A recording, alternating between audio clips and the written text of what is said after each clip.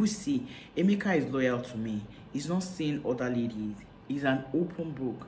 I know his phone passwords. I have access to his accounts. It tells me about women who make a pass at him or are in his DMs.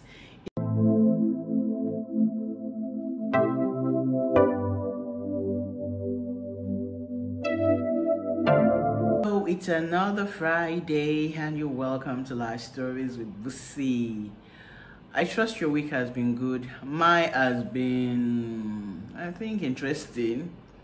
Except for traffic, I think it's been okay. Mine has been okay. This week I received a message from a DM, and the person in question was going to take her life.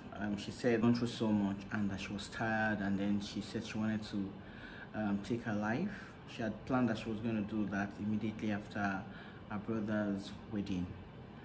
Then she now discovered that she was pregnant and she didn't know what to do. I know that people are going through so much out there. I know that people are going through tough times. But I just need you to know that tough times never last. Tough people do. I need you to hang on there. Things will be fine. I need you to know that things will be okay. And if you need anyone to talk to, I'm always here, you know, to talk with you, to encourage you. Things will be fine. I know that things will be fine. Why am I sure that things will be fine? I'm sure because I've been through some really tough times in my life, but I'm here and I'm not doing badly. I'm still on my journey, and you know, I'm still on the journey to where I want to get to. I'm not there yet, but you know, every time I wake up, I know that it's another chance to make a difference.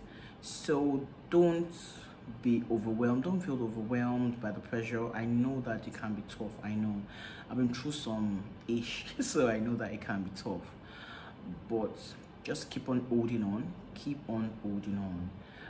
I know that things will be fine. Trust me, I know. You see, today's story was sent in by a lady. Her name is Yemisi, and I'll just go straight to the story. She says, my name is Yemisi. I really need advice on what to do because I feel stuck. I'm going to be 35 in June, and I've been unlucky with guys. My first boyfriend ever traveled without me knowing. My second serious boyfriend was a guy who used to beat me, and I summoned up courage to break up the relationship. I've dated men who were cheats, players, and every negative kind of guys that you can think about. The last guy I dated that made me swear off men was a scammer. The church that I tried out because I didn't want to keep attending my parents' church, and it seemed like a very dedicated and committed Christian. He was one of the choir leaders, and I was also in choir.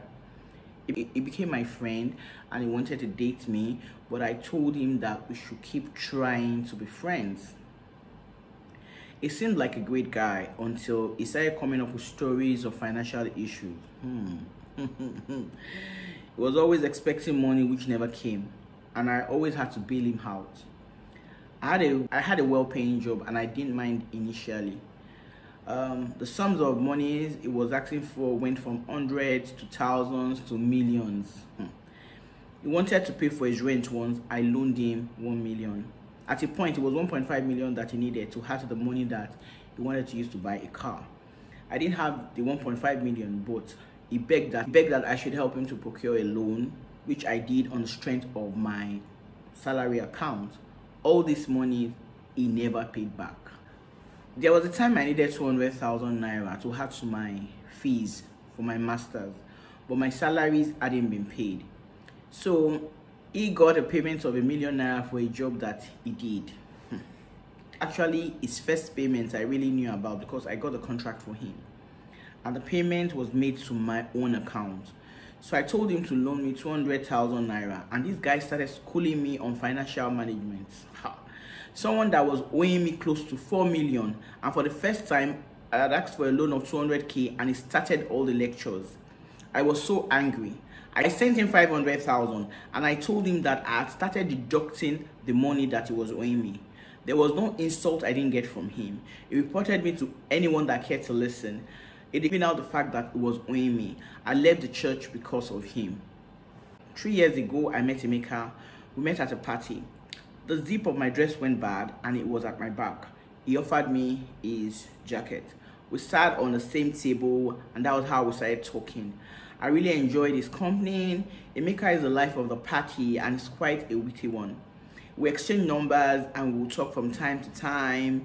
He wasn't pushy about a relationship. He became that friend you would call your guy. Hang out for lunch, go for concerts and events. He had this group of friends who were mostly married. I got to know that he had been divorced twice. Married to an American with whom he had 2 children. Their breakup was messy because the lady cheated on him. He had doubts about their third child. They ran a DNA and he wasn't the child's father. He ended that marriage and relocated to Nigeria. And then in Nigeria, he got married to a lady who was after his money. And a lot of things were discovered about this lady who was fetish and resorted to all sorts of things to manipulate him. They eventually parted ways. I got this initial gist from one of the wives of his friends. It was later he told me the story himself. One day he told me that he had something to tell me. He took me to the beach and told me straight away that he likes me and would not want to waste my time, seeing that I was in my 30s and I had marriage in view. He said straight up, "Yemisi, I like you. I would even say I love you, but I've sworn off marriage. I can remain committed to only you for the rest of my life, but I'm not going to put a legal back into it because it's worth nothing." I'd come to love him and I understood why he would have the fear of marrying again. So I thought if I showed him I was different, it would change his mind. So we started this whirlwind romance. He adores me, he pampers me. I can just wake up and get an alert of huge amount of money in my account with a message that I should spoil myself. He changed my car, got me a brand new one. He's very good to my family. Even my father, who isn't easily swayed, loves Emeka. They talk about politics and the Bible sometimes. He's a good listener. My mother and siblings all love him. Once he's around, everyone is excited and it shows genuine interest in the well-being of my family. Bussy, Emeka is loyal to me. He's not seeing other ladies. He's an open book. I know his phone passwords. I have access to his accounts. It tells me about women who make a pass at him or are in his DMs. Even his friends know he isn't given to having more than one woman per time. They tease him with that. He shows me off to everyone. He's very proud of me. He sees the good I don't see in myself. He encourages me to be the best. When anybody says, "Oh, he might be bisexual," no, far from it. I can authoritatively tell you that he isn't. Emeka is what you would call homophobic. The only problem is his refusal to put a ring on it. He says many times that putting a ring on it and making the relationship legal hasn't stopped men or women cheating or men treating their wives anyhow.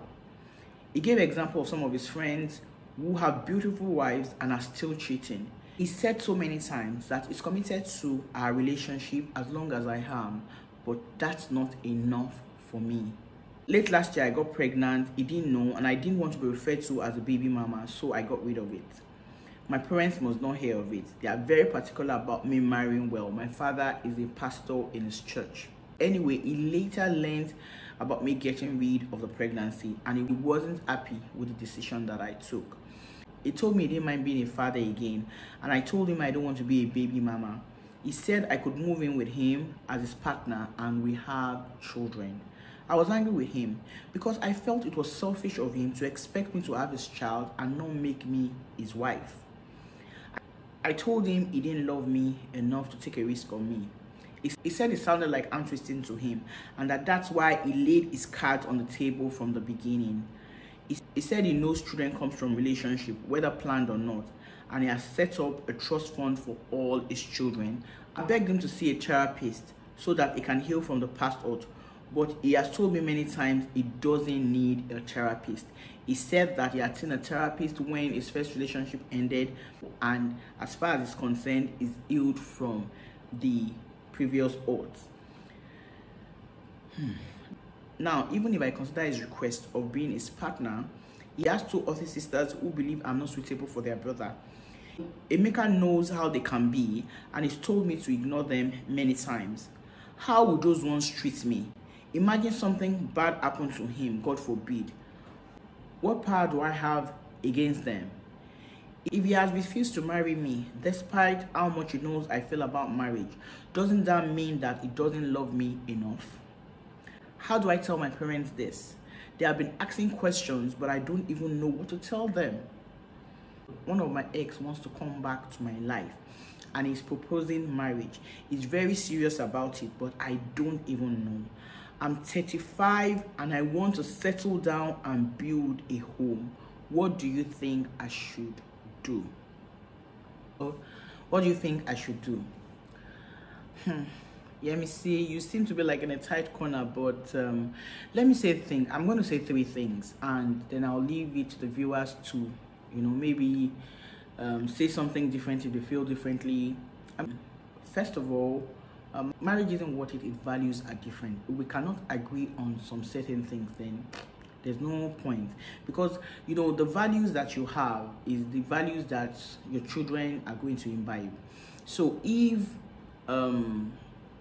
Emeka does not believe in marriage and you become his baby mama, then it means that you would probably have children who would also feel that, hey, things can work without marriage. And so so if once your values are not aligned, then the marriage isn't worth it. The marriage isn't worth it. I like Emeka. I like him. You know why I like him? He's a straightforward guy. And he put his card on the table for you. He put his cards on the table from the beginning. One of the things that is also important to note is that don't ever go into a relationship, with a view that you're going to change the person eventually. It never works, So because this guy was just a straightforward guy from the beginning, he told you, he laid his card on the table, and you were the one that thought you could change him. So I'm not even going to fault him, because people are shaped by the experiences they've been through. The guy has seen it, he's done this, he's done that. For him, there's no reason for marriage any longer, but promising to be committed to you. And if that is not enough for you, then you might have to take a walk. That's the truth. I know you said that you've been very unlucky with guys, and he seemed like a perfect person with all the things that you have stated about him, but if your values are not aligned, then there's no point. It's also important for you to know that you need to be happy. And so if you become his partner and you really want to become his wife, you won't be happy. You won't be happy with the arrangement, because you know that you want more. So you know that you won't be exactly happy at what you have because you want more.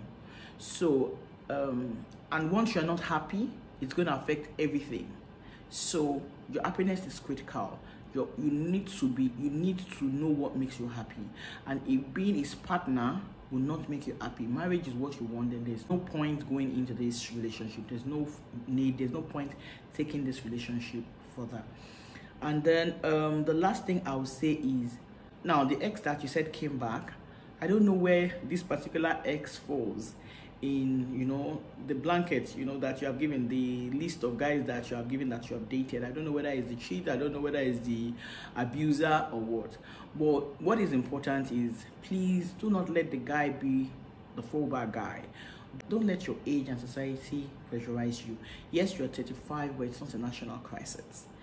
I know that you want to settle down and all that, but you need to do it right. You're not going to leave Emeka and settle for this guy just because you want to get married. Please don't let this guy be your fallback guy. Don't let him. You need to really sit down. What you want is very important. You need to sit down and look at your options very well. Do not just go into the relationship with the ex because you want to get married. I'm sure the viewers will have more things to tell you. I think those things that I've told you are the things that I thought about immediately when I saw this. He seemed like a great guy. If you have done everything, if you can get him to see a therapist, fantastic. If he has family members, though you've only talked about his autistic sisters, if he has family members who can talk to him, or somebody who is older who can make him see reasons or things like that, fine. But not, then there's no point. Just leave it and let it go. You cannot be in that relationship and be happy because you want something else. That's what I think. Viewers, what do you think that Yemisi should do? Yemisi will be reading your comments, so don't forget to drop your comments. Okay, till next time when I come your way again, my name remains Bussy David. Bye.